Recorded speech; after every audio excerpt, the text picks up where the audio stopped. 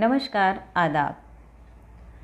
साथियों, किसान आंदोलन को लगभग 57वां दिन है और इस आंदोलन को कमज़ोर करने के लिए एनआईए और यूएपीए का सहारा लिया जा रहा है।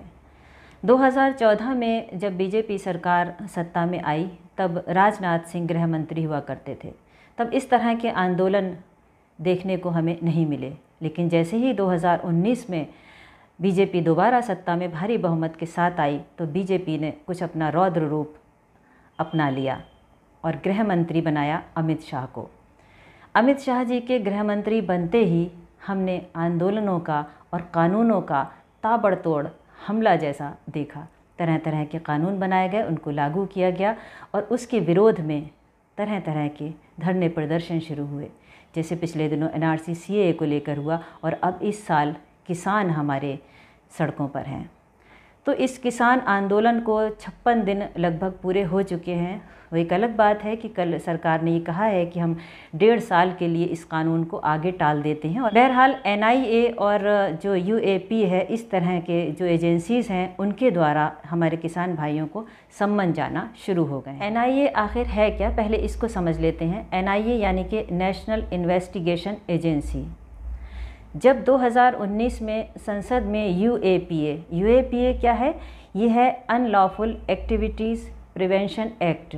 इसके तहत एनआईए को अधिक अधिकार मिल जाते हैं, सरकार को भी अधिक अधिकार मिल जाते हैं। जब संसद में ये बिल आया, इसको पास होने पर जब चर्चा हुई तो विपक्ष ने सबसे ज़्यादा ये आशंका जाहिर की कि इसमें एनआईए को ज़्यादा अधिकार मिल जाने से इसके गलत इस्तेमाल की संभावनाएं बढ़ जाती हैं। विपक्ष का ये तर्क था कि इसमें अधिकार ये मिलेगा, एनआईए को ये अधिकार हो जाएगा कि वो किसी भी व्यक्ति को, अगर एनआईए को ये यकीन हो जाता है कि ये व्यक्ति आतंकवादी है और इस पर आतंकवादी गतिविधियों में लिप्त होने की संभावना है, सिर्फ उसका ये यकीन है, तो इस यकीन के आधार पर भी कोई भी व्यक्ति आतंकवादी हो सकता है या सरकार उसको आतंकवादी बना सकती है। ये सबसे बड़ा खतरा विपक्ष ने जताया था, जैसा कि आज आपको इस आंदोलन में जो एनआईए के नोटिस गए हैं उससे कन्फर्म भी होता है। जब किसी भी सरकार को या किसी भी एजेंसी को ये अधिकार हो जाता है कि सिर्फ उसके यकीन के बिना पर किसी को आप आतंकवादी घोषित कर देंगे, ये कहाँ तक सही है? यानी उसके खिलाफ अगर कोई सबूत नहीं है तब भी इस एजेंसी को अधिकार है कि वो उसे आतंकवादी बना दे और उसको आतंकवादी एक्ट में अंदर भी भेज सकती है और उसकी संपत्ति भी यहाँ तक कि कुर्क कर सकती है। और एक इसकी सबसे बड़ी बात यह है कि ये एजेंसी किसी भी राज्य में जा सकती है। इसको ये अधिकार है ये किसी भी राज्य में चली जाए और लोगों को ढूंढ सकती है। और दूसरे जो इस इंस्पेक्टर रैंक का अधिकारी है और जो दूसरे अधिकारी हैं, उनको भी ये अधिकार है कि वो किसी भी व्यक्ति की जाँच में उसको आतंकवादी साबित कर देगी, चाहे सबूत है या नहीं है। ये अलग बात है कि उसकी जांच करने से पहले जो डायरेक्टर जनरल हैं उनसे परमिशन लेना पड़ती है। तो हम आपको बताते हैं कि किस किस तरह से किन किन लोगों पर एनआईए लगाए गए हैं, यानी कि जैसा कि मैंने बताया कि ये जो एजेंसी है किस तरह से लगाती है और किन लोगों पर लगाए हैं। देखते हैं सबसे पहले कि एनआईए ने क्या किया है कि लोक भलाई इंसाफ वेलफेयर सोसाइटी यानी LBIWS के जो अध्यक्ष हैं बलदेव सिंह सिरसा और फिल्म कलाकार दीप सिद्धू के भाई मनदीप सिंह बने, इन पर भी एनआईए लगाया गया है। कुछ पंजाबी लेखकों, कार्यकर्ताओं, कलाकारों, यहाँ तक कि पत्रकारों को भी नोटिस मिला है कि आप आतंकवादी गतिविधियों में संलिप्त पाए जा रहे हैं या आपका संबंध किसी भी ऐसे संगठन से है। अब ये संगठन कौन कौन से हैं, इनके बारे में बात करते हैं। एनआईए ने 15 दिसंबर 2020 को जो संयुक्त राज्य अमेरिका में है गुरपंत सिंह हैं एक पन्नू, जो कि यूनाइटेड किंगडम में है एक परमजीत सिंह पम्मा और कनाडा के हैं हरदीप सिंह निज्जर पन्नू। ये सारे, ये कहा जा रहा है कि आप SFJ के प्रमुख हैं और इसके साथ ही इनको ये कहा गया है कि आप पर यूएपीए भी लगाया गया है। किस लिए लगाया गया है? क्योंकि इनका खालिस्तानी आतंकवादी जो संगठन है उनसे इनके संबंध हैं। अब ये कौन कौन से हैं? इनमें है Babbar Khalsa international, Khalistani tiger force और खालिस्तान जिंदाबाद फोर्स और इसी तरह के और कई संगठन हैं जिन पर ये आरोप है कि आप पर अराजकता, माहौल को बिगाड़ने और लोगों को सरकार के विरुद्ध खड़ा करने की आपके ऊपर ये आरोप है कि आपने लोगों को भड़काया है और आपने ये आंदोलन आगे बढ़ाया है, क्योंकि आप पहले से ही आतंकवादी जो संगठन है, खालिस्तानी संगठन है, यानी खालिस्तानी क्या आतंकवादी संगठन उनको सीधा सीधा कहा जा रहा है, उसमें आप शामिल हैं। अब जो कुछ पंजाबी लेखक हैं उन पर भी है, जो कार्यकर्ता हैं उन पर भी है, कलाकार हैं उन पर भी है, और उनमें एक जालंधर के लेखक और कमेंटेटर हैं, उनका नाम है बलविंदर पाल सिंह, उन पर भी ये UAPA का नोटिस पहुंचा है। अच्छा, एक पत्रकार हैं बलतेज पन्नू, अकाली नेता भी हैं और साथ में जो इनका संगठन है उससे भी ये जुड़े हुए हैं, उन पर भी ऐसा एक नोटिस पहुंचा है, एक सम्मन उन पर पहुंचा है।